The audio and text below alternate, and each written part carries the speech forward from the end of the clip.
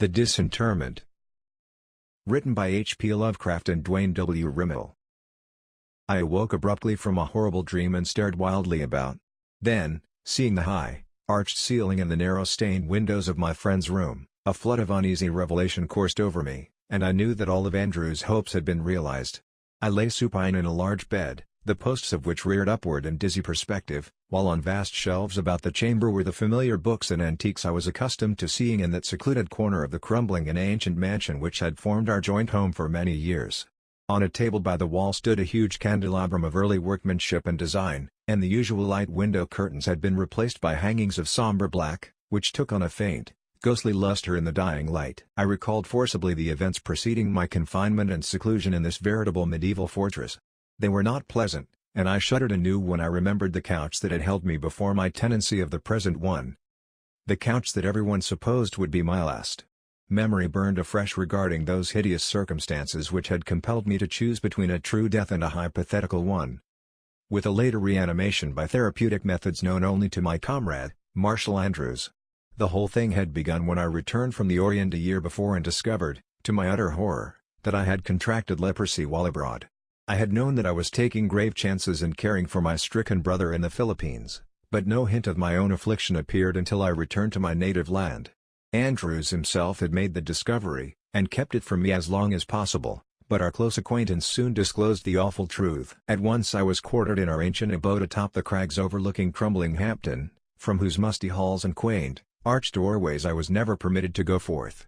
It was a terrible existence, with the yellow shadow hanging constantly over me, yet my friend never faltered in his faith, taking care not to contract the dread scourge, but meanwhile making life as pleasant and comfortable as possible. His widespread though somewhat sinister fame as a surgeon prevented any authority from discovering my plight and shipping me away. It was after nearly a year of this seclusion, late in August, that Andrews decided on a trip to the West Indies. To study native medical methods, he said. I was left in care of Venerable Symes, the household factotum. So far no outward signs of the disease had developed, and I enjoyed a tolerable though almost completely private existence during my colleague's absence. It was during this time that I read many of the tomes Andrews had acquired in the course of his 20 years as a surgeon, and learned why his reputation, though locally of the highest, was just a bit shady. For the volumes included any number of fanciful subjects hardly related to modern medical knowledge, treatises and unauthoritative articles on monstrous experiments in surgery, accounts of the bizarre effects of glandular transplantation and rejuvenation in animals and men alike, brochures on attempted brain transference, and a host of other fanatical speculations not countenanced by orthodox physicians. It appeared, too, that Andrews was an authority on obscure medicaments, some of the few books I waded through revealing that he had spent much time in chemistry and in the search for new drugs which might be used as aids in surgery. Looking back at those studies now, I find them hellishly suggestive when associated with his later experiments. Andrews was gone longer than I expected, returning early in November, almost 4 months later, and when he did arrive, I was quite anxious to see him, since my condition was at last on the brink of becoming noticeable. I had reached a point where I must seek absolute privacy to keep from being discovered. But my anxiety was slight as compared with his exuberance over a certain new plan he had hatched while in the Indies. A plan to be carried out with the aid of a curious drug he had learned of from a native doctor in Haiti. When he explained that his idea concerned me, I became somewhat alarmed, though in my position there could be little to make my plight worse. I had, indeed, considered more than once the oblivion that would come with a revolver or a plunge from the roof to the jagged rocks below. On the day after his arrival, in the seclusion of the dimly lit study, he outlined the whole grisly scheme. He had found in Haiti a drug, the formula for which he would develop later, which induced a state of profound sleep in anyone taking it, a trance so deep that death was closely counterfeited. With all muscular reflexes, even the respiration and heartbeat, completely stilled for the time being. Andrews had, he said, seen it demonstrated on natives many times. Some of them remained somnolent for days at a time, wholly immobile and as much like death as death itself. This suspended animation, he explained further, would even pass the closest examination of any medical man. He himself, according to all known laws, would have to report as dead a man under the influence of such a drug. He stated, too, that the subject's body assumed the precise appearance of a corpse. Even a slight rigor mortis developing in prolonged cases. For some time his purpose did not seem wholly clear, but when the full import of his words became apparent I felt weak and nauseated. Yet in another way I was relieved, for the thing meant at least a partial escape from my curse, an escape from the banishment and shame of an ordinary death of the dread leprosy. Briefly, his plan was to administer a strong dose of the drug to me and call the local authorities, who would immediately pronounce me dead, and see that I was buried within a very short while. He felt assured that with their careless examination they would fail to notice my leprosy symptoms, which in truth had hardly appeared. Only a trifle over 15 months had passed since I had caught the disease, whereas the corruption takes 7 years to run its entire course. Later, he said, would come resurrection.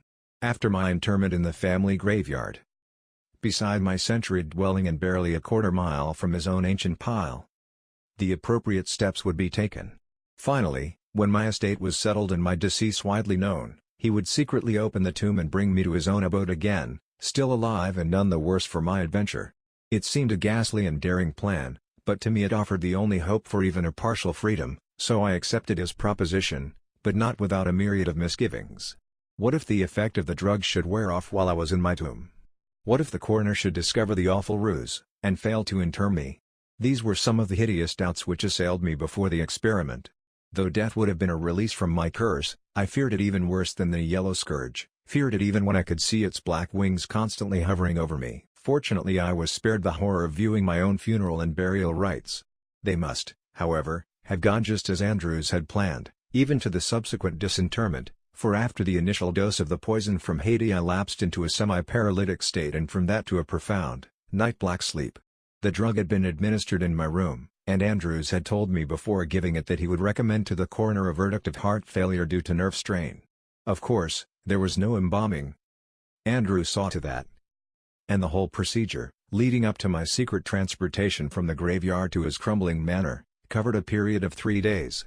Having been buried late in the afternoon of the third day, my body was secured by Andrews that very night. He had replaced the fresh sod just as it had been when the workmen left. Old Symes, sworn to secrecy, had helped Andrews in his ghoulish task. Later I had lain for over a week in my old familiar bed. Owing to some unexpected effect of the drug, my whole body was completely paralyzed, so that I could move my head only slightly. All my senses, however, were fully alert, and by another week's time I was able to take nourishment in good quantities. Andrews explained that my body would gradually regain its former sensibilities, though owing to the presence of the leprosy it might take considerable time. He seemed greatly interested in analyzing my daily symptoms, and always asked if there was any feeling present in my body. Many days passed before I was able to control any part of my anatomy, and much longer before the paralysis crept from my enfeebled limbs so that I could feel the ordinary bodily reactions. Lying and staring at my numb hulk was like having it injected with a perpetual anesthetic. There was a total alienation I could not understand, considering that my head and neck were quite alive and in good health. Andrews explained that he had revived my upper half first and could not account for the complete bodily paralysis, though my condition seemed to trouble him little considering the damnably intent interest he centered upon my reactions and stimuli from the very beginning. Many times during lulls in our conversation I would catch a strange gleam in his eyes as he viewed me on the couch. A glint of victorious exultation which, queerly enough, he never voiced aloud, though he seemed to be quite glad that I had run the gauntlet of death and had come through alive.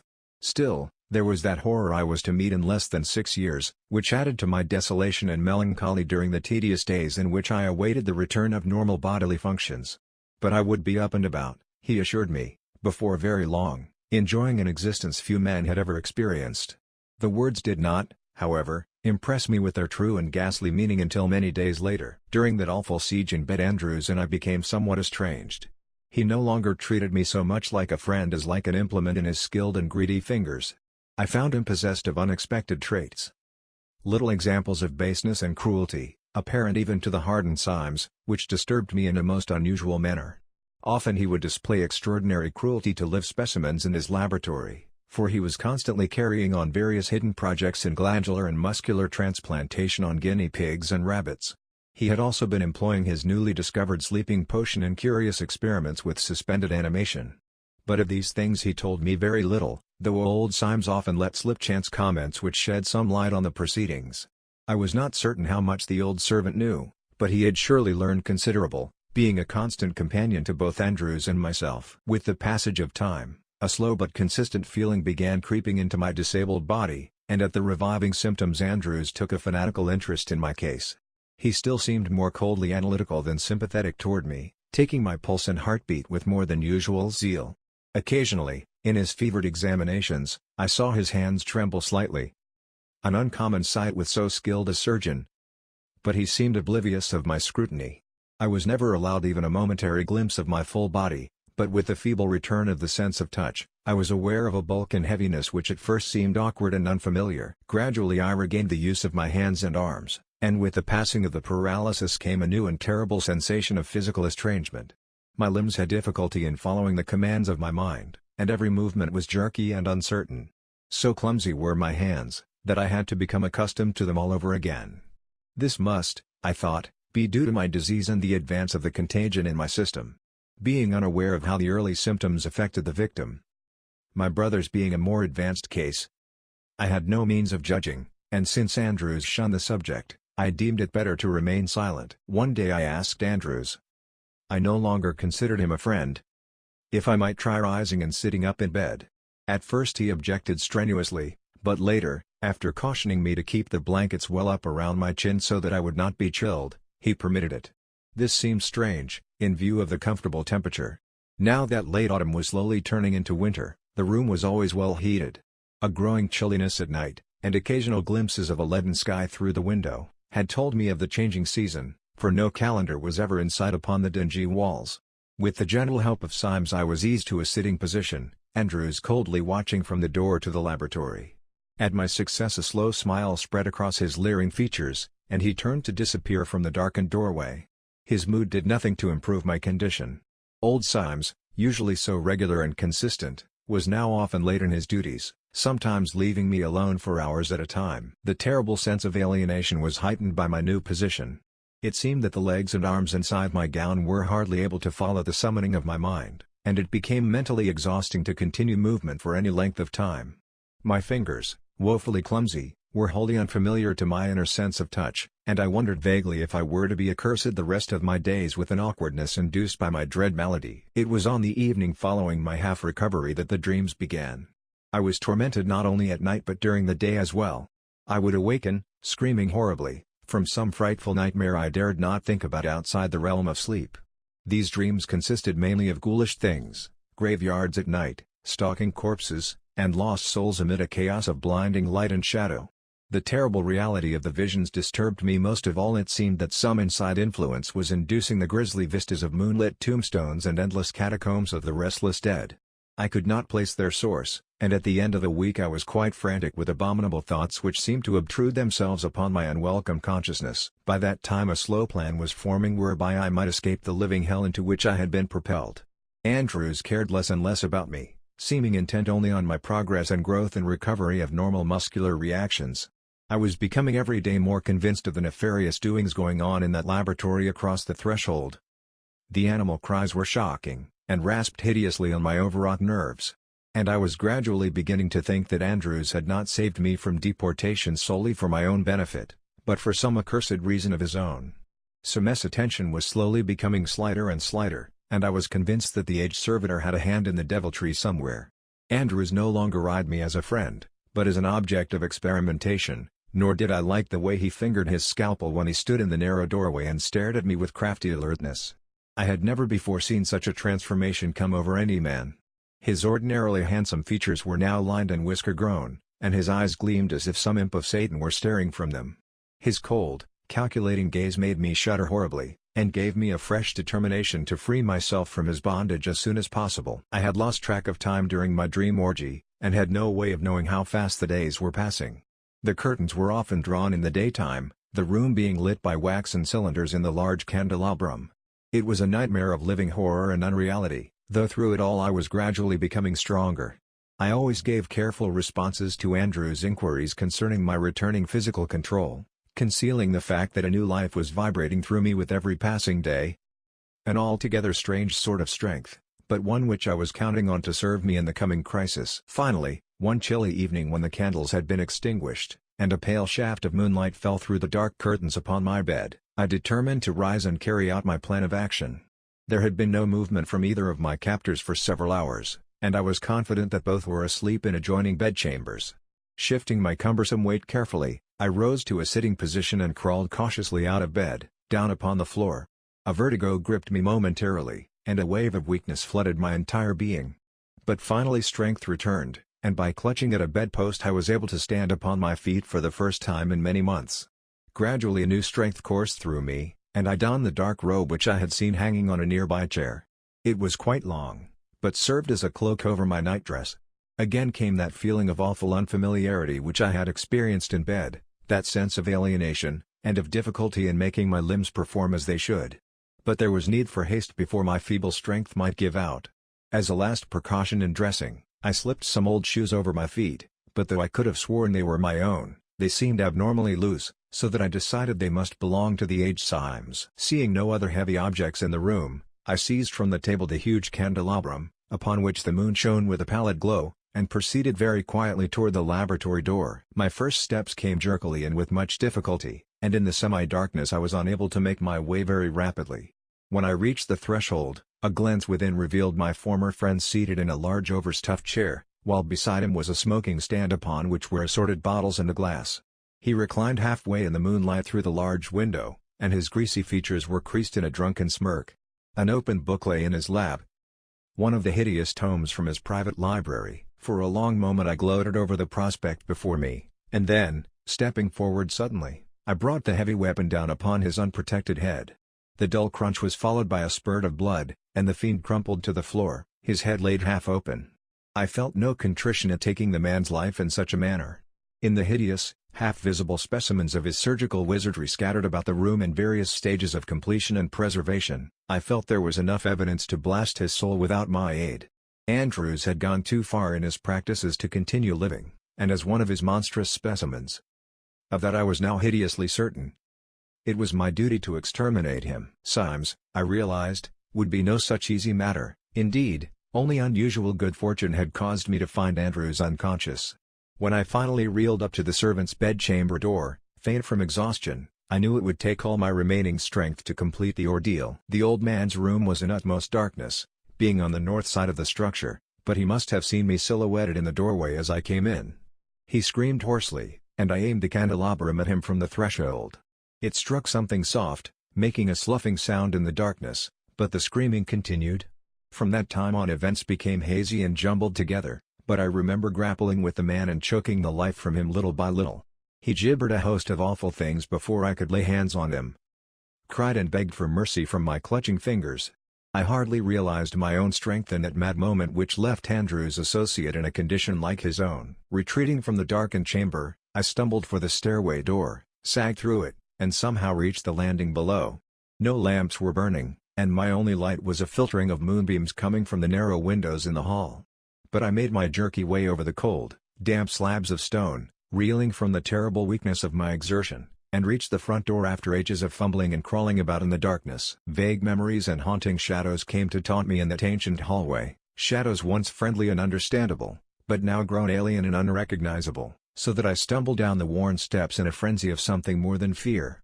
For a moment I stood in the shadow of the giant stone manor, viewing the moonlit trail down which I must go to reach the home of my forefathers, only a quarter of a mile distant.